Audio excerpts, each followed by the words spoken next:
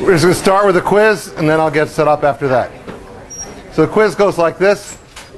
We've got a particle which is going to be moving in space, and if it's got not much friction on it, and you launch it slowly, the trajectory is, and you learned this in high school physics, and you learned it in Physics 112, the trajectory, follow the path of that thing, is very close to a parabola. Now if you launch it very fast, then the path is close to a parabola.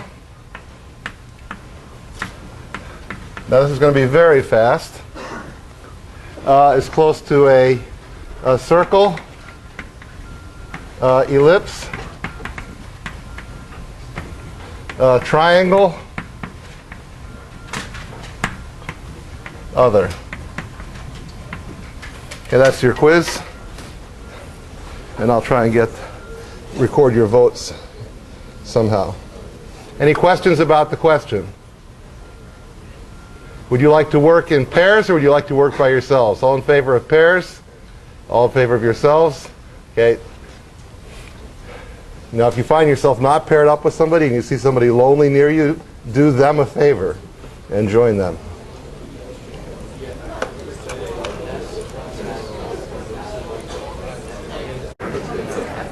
Just a few more seconds to think about it.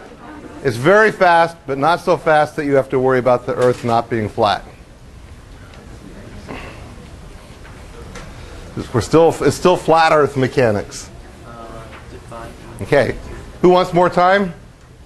Okay, we're done. Let's see how you guys did on this.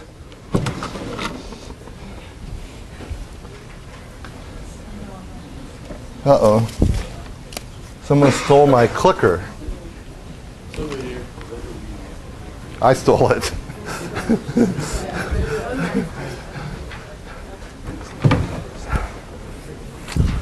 Okay. Close the votes. Okay, so I'm not going to tell you the right answer. It will reveal itself as time goes on.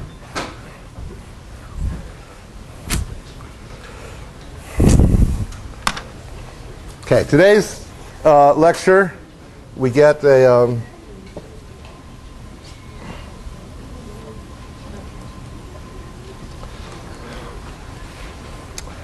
interesting topic today. So we're starting a subject which is fun in that we get lots of progress with little effort.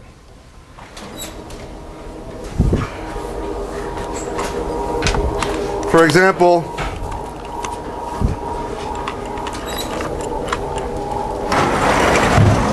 this quiz question, which most of you got wrong just now, you will know how to answer it competently. And this goes along for today's and next lecture also. So spatial dynamics of a particle.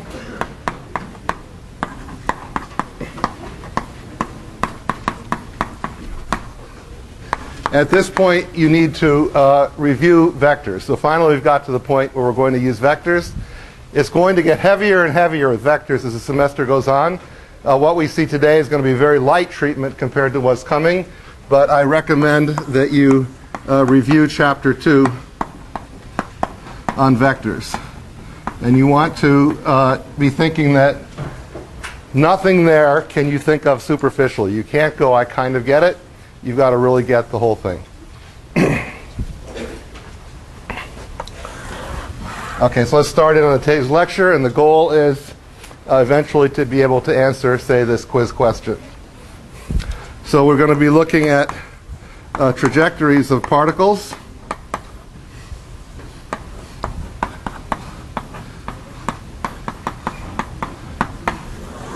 And what's the basic idea? Is somewhere we're going to keep track of the motion. How are we going to keep track of the motion? We're going to keep track of it with some coordinate system. We're going to think of this coordinate system as tied to the ground. So one way we think of it is we think of it as a fixed reference frame. And in the problems we've done in one-dimensional mechanics, that's usually a wall or something. And for most of engineering purposes, you can think of a coordinate system which is glued to some object which looks sturdy, like a rock or a piece of furniture or some part of a machine which does not move too much. And associated with this coordinate system, we have unit vectors. And if you can, it's nice to draw vectors a little bit differently than you draw lines. And we have a unit vector in the x direction and one in the y direction. And I use a separate notation for unit vectors than from other vectors, but you need not. So you can use any notation you want for this I or j. So you could write it like this, I, or you could write it like this, I, or you could write it like this, I, or if you have a very special pen, you could write it like this, I, and write it in boldface. All of these are equivalent notations for this unit vector, or they're all acceptable. I don't know if they're all equivalent. You can use what you want. Okay, so we're going to keep track of some particle. It's going to be flying through space. It has some m like this, and it's got some trajectory, which we'd like to find. And we can think of this trajectory as being some r of t, or we can think of it as an x of t and a y of t. Or we can make a cross plot of x and y, which this shows here, which is a cross plot. And the cross plot, in this case, looks like this. This is the actual trajectory, as opposed to x as a function of time and y as a function of time. Now, if you want to draw both x and y as a function of time, you can make two plots, or you can take this plot and draw it in the third dimension and draw a curve like this, which comes out here in time. And if we just squash it onto the blackboard, it shows the trajectory, but we can draw the time on this axis. But as I've said before, we have a shortage nowadays of three-dimensional graph paper, and so we have trouble drawing those. Okay, so now we'd like to figure out the mechanics of this thing. What do we have to work with? Well, we can draw a free body diagram. And the free body diagram looks like this. Here's a mass. And we can draw some force on this mass. And I'm just going to draw it like this. And this is going to be the total force on the mass. And it could come from various places. Like it could come from air drag, or it could come from gravity, or it could come from some electrostatic force, or it could come from somebody pushing on it, or it could come from a collision with another particle. But for now, we just say this is the total of all the forces. When we go to do a more specific problem rather than a general problem, we'll write a few different forces, but the net will be this one. Then we take our linear momentum balance equation, which is poorly named because it's not about linear momentum, it's about the rate of change of linear momentum. Yes? What are the functions associated with the cross plot? Cross plot of x of t and y of t. So we have two different functions we could plot here, x of t and y of t. And for example, if this was representing the particle that I threw over there, x of t would be increasing, say, linearly in time, and y of t would be going up and down like this. And then we make the cross product when we get that. X of t and y of t, is that what you're having trouble reading? Okay. Was that your whole problem? Okay, you could have been a little more specific. Okay. Any other questions or problems or mistakes or whatever?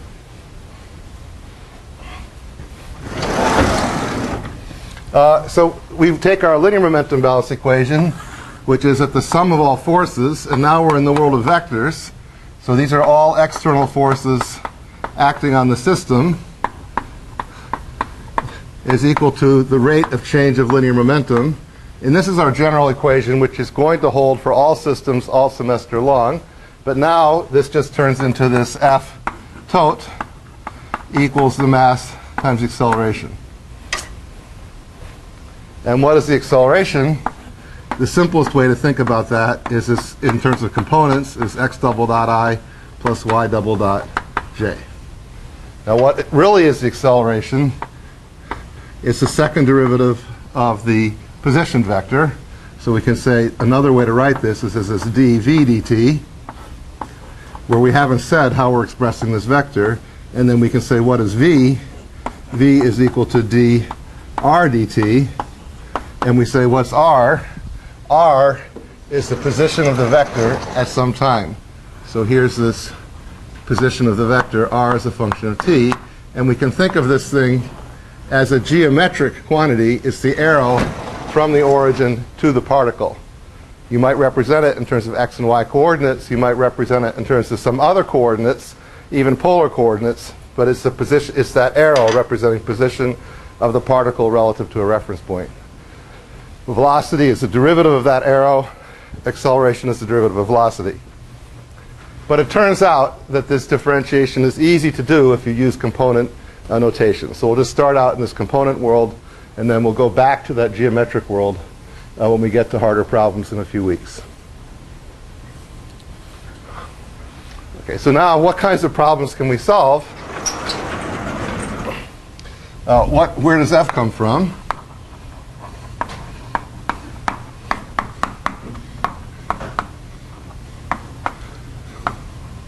So what kinds of forces might we have? Well, we have near-Earth gravity.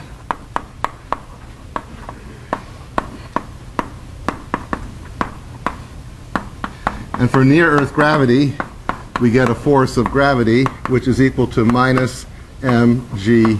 So let's just start with that equation and say, are there any questions about that first equation? So what that says is we take this quantity, the mass, times the g. That gives us something with units of force, and we multiply it by a unit vector of some direction, namely the down direction, the minus j direction. That scalar multiplied by unit vector gives us a force vector.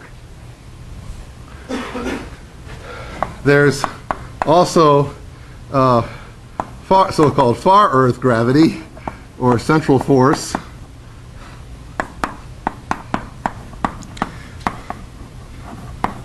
And the usual way of writing this is with this big G term. But another way to write this is like so. It's a force who's going to be in the direction of the radial vector, but it's going to be pointed towards the center of the Earth. So you draw a unit vector in the direction of the vector you want, and then you pick out the right magnitude. Well, what's the magnitude? We know that the magnitude is bigger when the mass is bigger. We know it's bigger if the gravity constant is bigger. And rather than writing big G here, I write little g.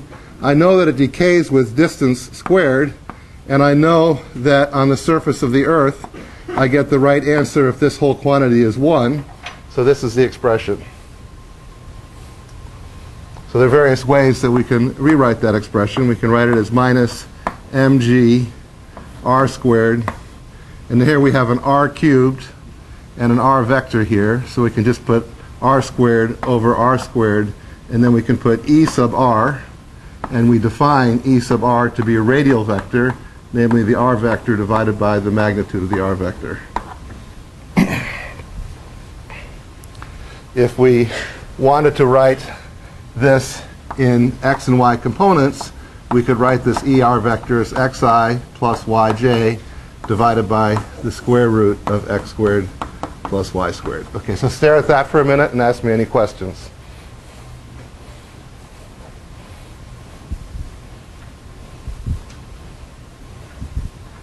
Yes? What was what? Big R is the radius of the Earth.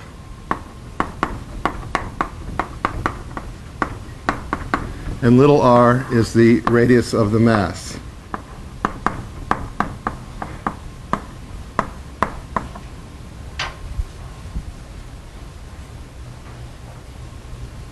So the usual way that people write this in a physics class is they write that this force is equal to the little mass times the big mass times this quantity called big G divided by r squared.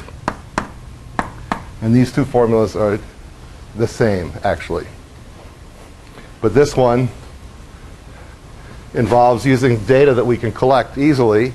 This one, we have two pieces of data that are hard to collect, both the mass of the Earth and this gravitational constant.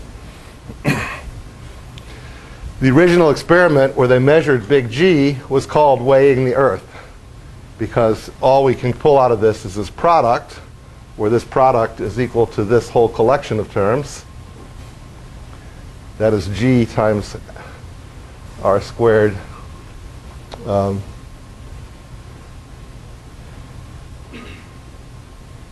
if you measure this G, it indirectly gives you the mass of the Earth.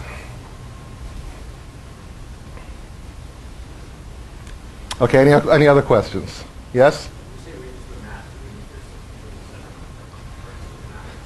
Radius of location of mass. So this would be equal to r, the magnitude of this r vector. Okay? That's what, hence the little r without any ornamentation. Yes? Good questions. Okay, what are some other examples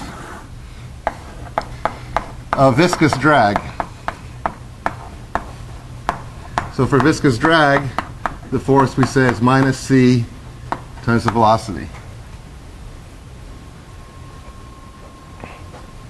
So the faster you're going, the bigger the drag, and the direction of the drag force is opposing the velocity.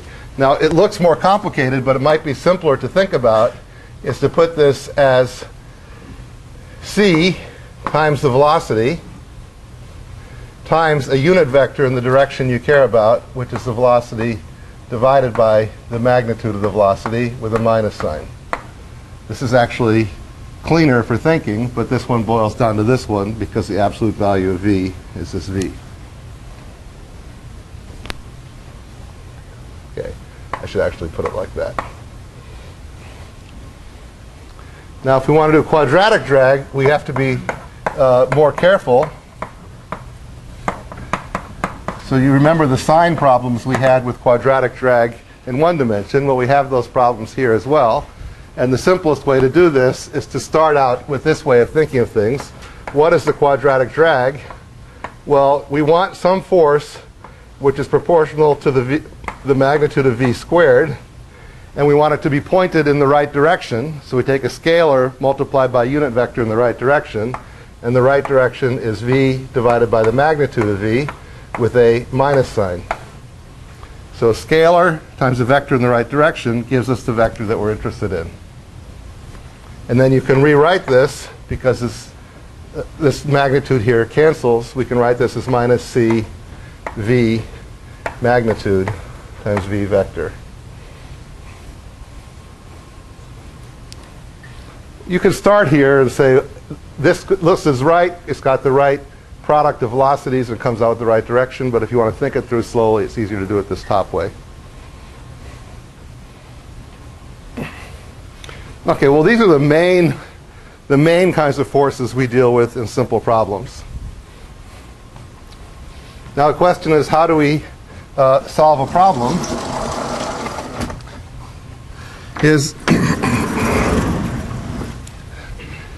So a general problem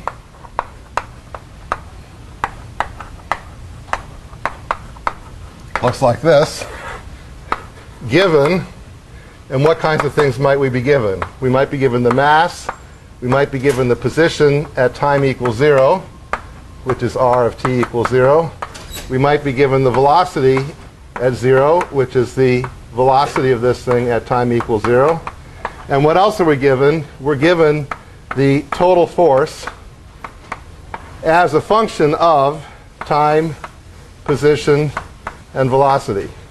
So all of these cases here are special cases of this one. I didn't actually use an example where there's some forcing on this thing. I'll just put one up here. Some external forcing. External forcing. Say force is equal to A I'll put F0, some constant, times sine omega t in some direction, say the I direction. So this is sinusoidal force acting on the particle in the I direction. All of these forces are of this form. Maybe one or another of these terms is not showing, but let's say we're given those forces. So we're given all of these things, and then what we're supposed to do is find, say, r of t, or find velocity of t, or find the trajectory, which is a cross plot of x and y versus t, etc. We want to find things about the motion.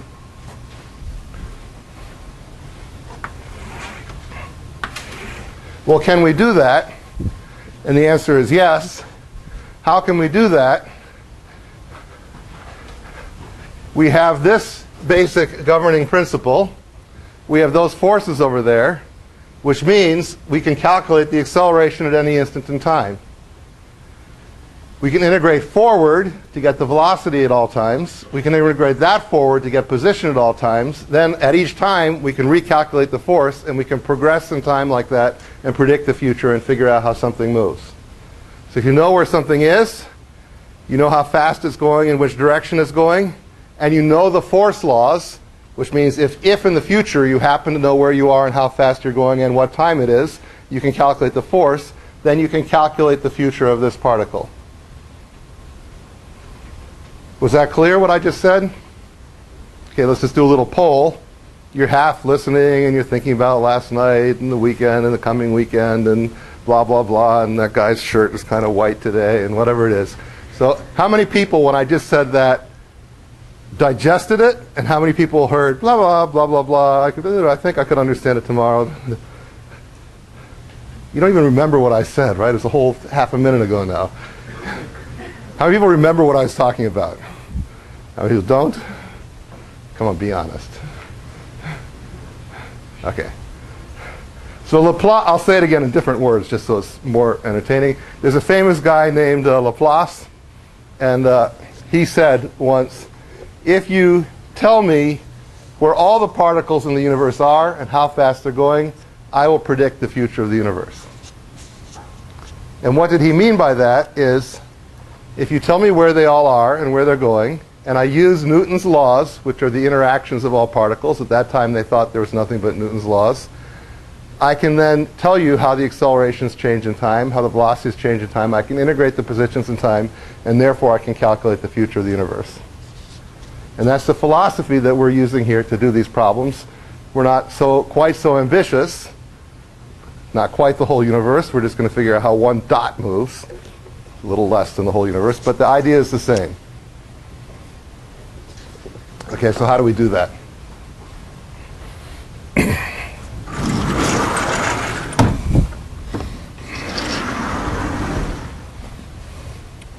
Yeah. So how to solve that general mechanics problem? So we start with F equals ma. So if we have two. Well, I don't know. We collect our equations. We have F equals ma.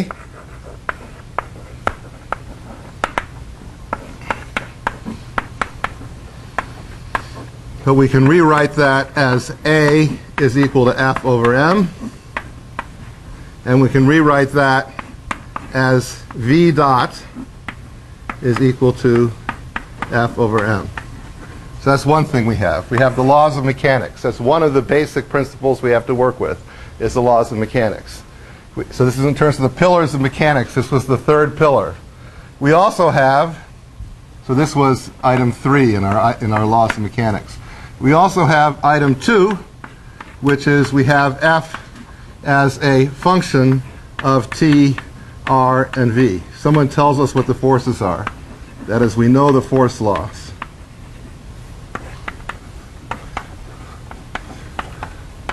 And we have the third pillar of mechanics, which in our numbering scheme is number 2, is we have that the rate of change of position is equal to velocity. We know something about the geometry of space and how positions and time work, and we know if we know the velocity, we can go forward and find the position. So these are the three basic principles: geometry, material properties, and laws of mechanics. We have these three things. Now these three things turn into two sets of first order ODEs. Two sets of first order ordinary differential equations. So the first set is R dot is equal to V. Now that's all in vector language, but we want to calculate on the computer, and the computer only knows how to deal with numbers and lists of numbers and arrays of numbers. So what we can do is we can take this equation, R dot equals V, and we want to turn it into a scalar equation. Now, some of you think of a vector as being a list of numbers to start with. I would like you to start thinking of vectors not just as lists of numbers, but as scalars times other vectors. So a vector we're going to think of as a fundamental geometric thing. That will help you later on. At this point in the course, it won't matter much, but just try to practice that point of view. If you're practiced at that point of view, and you want to turn this into a scalar equation, you can't just take components. You have to do something to get the components. And there's only one way to get from vector equations to scalar equations. There's just one way to do it. Does anybody know that way? Anybody read chapter 2 of the book? I caught you. Doesn't it say, didn't you all sign a sheet swearing that you read chapter 2, or did you not yet? You didn't swear that you read, you had to swear that you read chapter 1, right? Okay. Okay, well next you have to swear that you read chapter 2. So the one way that you get from vector equations to scalar equations is by taking a dot product with another vector. So if you take the dot product of this with the unit vector in the I direction, what does that give us? It gives us, well, we had R dot, which was X dot I plus Y dot J equals V, which was Vxi plus Vyj. And we take this whole thing and do the same thing to both sides of the equation, dot it with I. When you dot it with I, the dot product is distributive, so you get I dotted with I is 1, I dotted with J is 0, and then this gives us that X dot is equal to Vx. And similarly, we get that Y dot is equal to Vy, or we could write this in a language that MATLAB likes, which is R dot, where we think of this as a list of numbers, is equal to V, where we think of this as a list of numbers. And what do we mean this in MATLAB speak? Is we mean X, the list of numbers, X dot Y dot, is equal to the list of numbers Vx, Vy. So in vector language, pencil and paper, vectors are these geometric things. We represent them on paper with special symbols with arrows or multiplying by scalars. In computer language, we keep track of lists of numbers. We go back and forth between the two using dot product. Okay.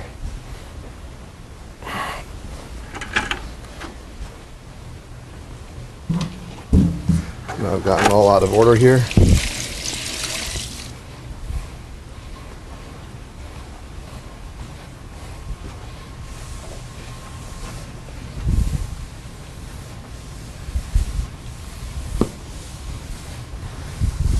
Anybody need anything from this board here?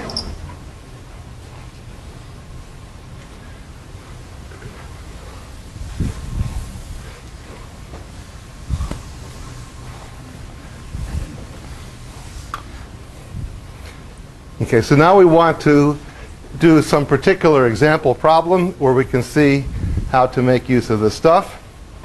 What would be an example problem is we want to find the trajectory of things. So let me, while I wait for the blackboards to dry, let me do some demos. Here's a self-graphing trajectory calculator. So you look at this thing, and we get this trajectory like so. and then I try and plot it like this.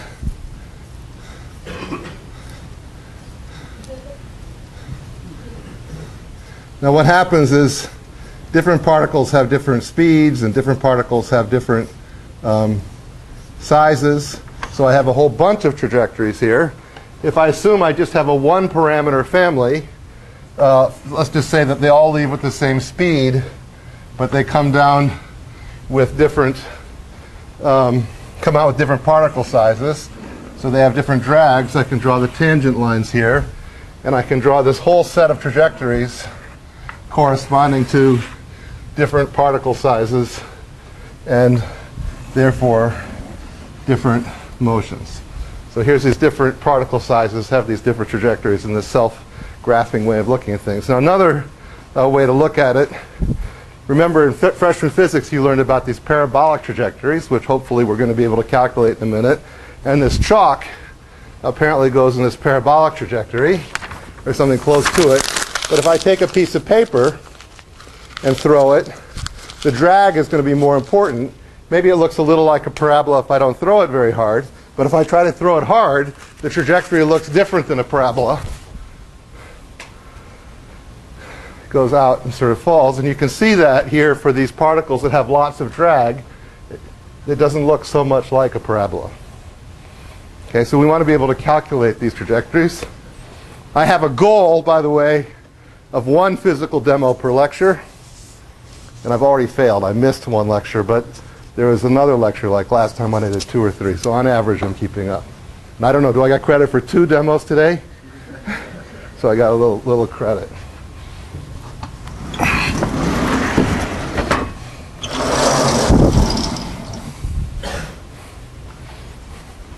Okay, so let's do an example. We want to calculate a trajectory of something with viscous drag.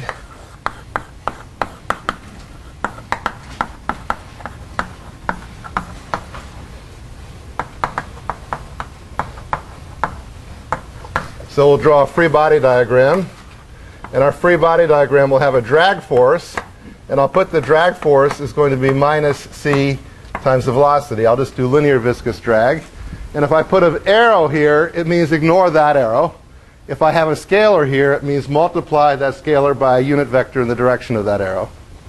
And then I also have acting on this thing mg in that direction.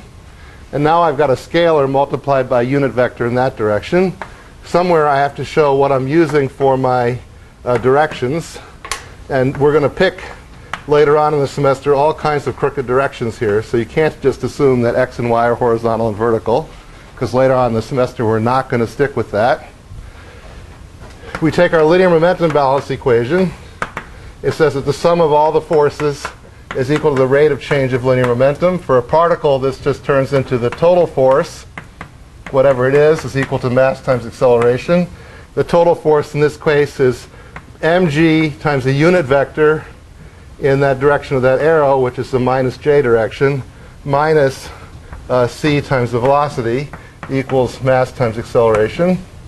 Or we can write this now as v dot is equal to, bringing things to the other side, minus mg j minus cv, all divided by m. We can divide through by m if we want, so we can write this as minus gj minus c over mv, and then we're done.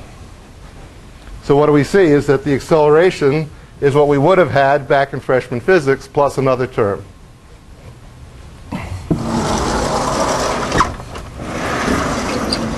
Well, let's keep going with this equation. We can now write this as vx dot I plus vy dot j as a vector on the left-hand side is minus gj, vector on the left-hand side, minus c over m vxi plus vyj. Okay, stare at that. Tell me if you have questions about that, or if you would have trouble reproducing that yourselves. Yes?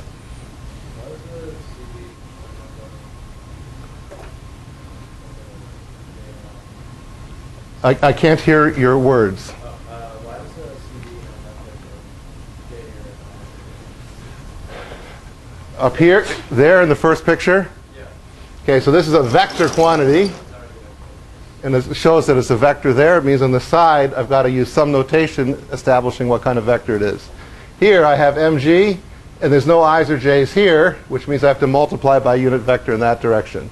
It would have been correct to draw, I could have drawn this whole thing like this. I could have drawn this like this, and I could have put CV like that. And I could have, up here, I could have put minus mgj. And on the side, I would have had to draw a little picture like this, showing the direction of v. And this, then, is the same as that. And this CV, I have to multiply by a unit vector in the right direction, which I know from this picture on the side is the minus v direction. So this picture would be equivalent to that one. I happen to like that one better. Does that address your question? Okay. So that's equivalent. An equivalent free body diagram. Okay, now I have this big equation. I can take this equation and I can do the same thing to both sides. So for example, I can take this equation and I can take the dot product of both sides with I, or I could take this equation and I could take the dot product of both sides with j. And what do I get?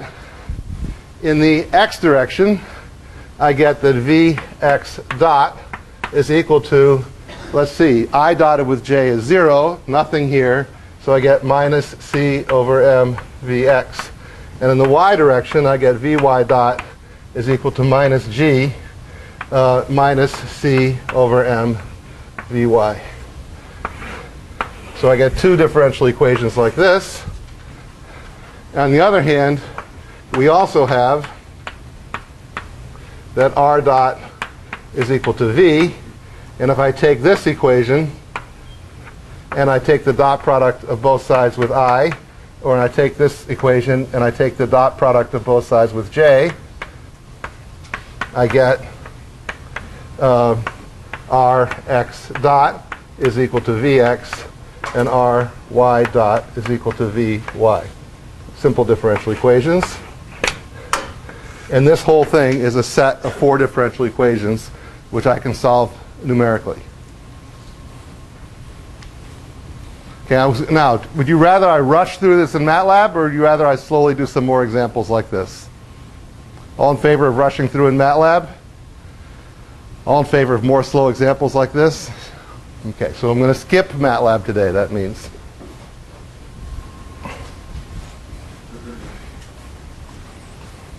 Which means you don't know the answer to the puzzle question unless you work it out yourself.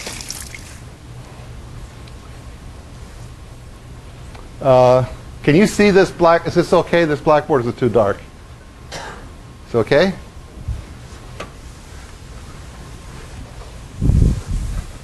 So I'm going to erase these 2 boards, and I'm going to erase more than that. But while I'm waiting for these to dry, you can ask me questions. So any questions about this top board before it goes away?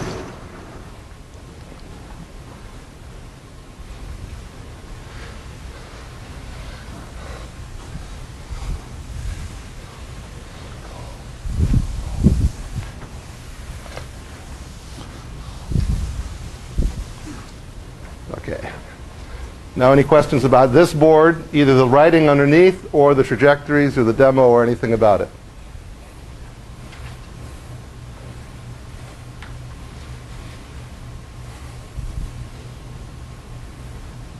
Okay, how many people wish somebody else would ask a question? How many people wish somebody else would admit that they wanted somebody else to ask a question?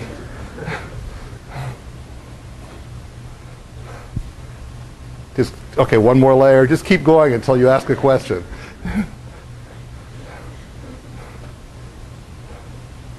Okay. To the extent that you're confused or that you just figured it out, can you tell me what the thing is that was confusing or that you just figured out?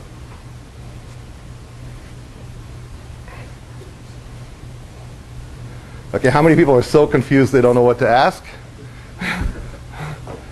How many people just totally get the whole thing? Okay.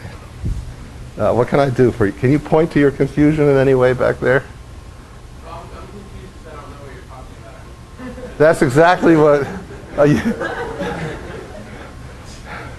was talking about. What you were thinking about, other people were thinking about what other people were thinking about that they were thinking about.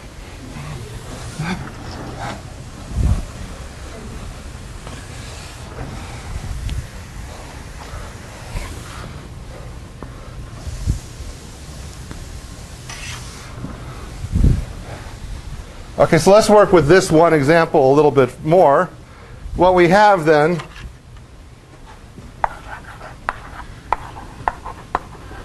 we have 4 coupled ODEs. Now it turns out in this example they're not so coupled, but that's only some luck of this particular example. This just almost never works out this way. This happens to be a especially easy problem. So what do we have as our 4 differential equations? We can write them various ways. We can write them as r dot equals v and v dot equals f over m. That's one way to write it. Or we can write it in sort of a matrix notation, rx dot ry dot equals vx vy, and also vx dot vy dot is equal to the force in the x direction divided by m, and here we have the force in the y direction divided by m. Or we have that z dot is equal to some function of t and z and parameters. And this is the way we want to think about it in MATLAB. And what do we mean by z in this way of thinking about it? Z is equal to Rx, Ry, Vx, and Vy, this list of numbers. So this gives us the MATLAB version, which is also kind of the abstract version, which is just nice philosophically, which is if you know the state of the system, you know the time, you know the rules which generate the forces, we know the rates of change of everything. Some of this is from geometry, some from the laws of mechanics, and therefore we have differential equations that we can predict the future with using Euler's method or the midpoint method, or if we're lucky, analytic methods in calculus and so on. Now this particular problem is one that you can solve with pencil and paper.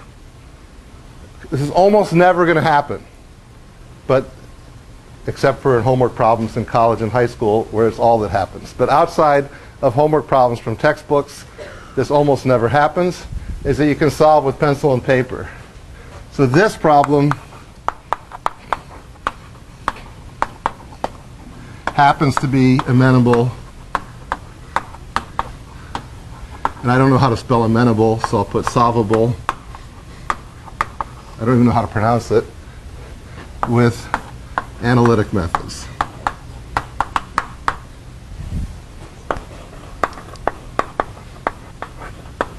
Now, why is that? Well, if we look at this equation all by itself, there's no x's in it, there's no y's in it, and there's no vy's in it. This is a decoupled equation, and we can solve it all by itself. Not only that, this is a decoupled equation, and we can solve it all by itself. That means we can find Vx as a function of time and Vy as a function of time. Given Vx, we can integrate to find x position as a function of time and the y position as a function of time. And then given those two, we can cross plot and get y versus x or x versus y or whatever we want. So this happens to be, in this whole complicated problem, a simple first order constant coefficient first differential equation. Okay. Don't get your hopes up that this is the thing you want to remember and learn, because this is not going to happen practically ever again. Okay, so it's just this one simple problem that we get this first order differential equation. So if we take f equals ma,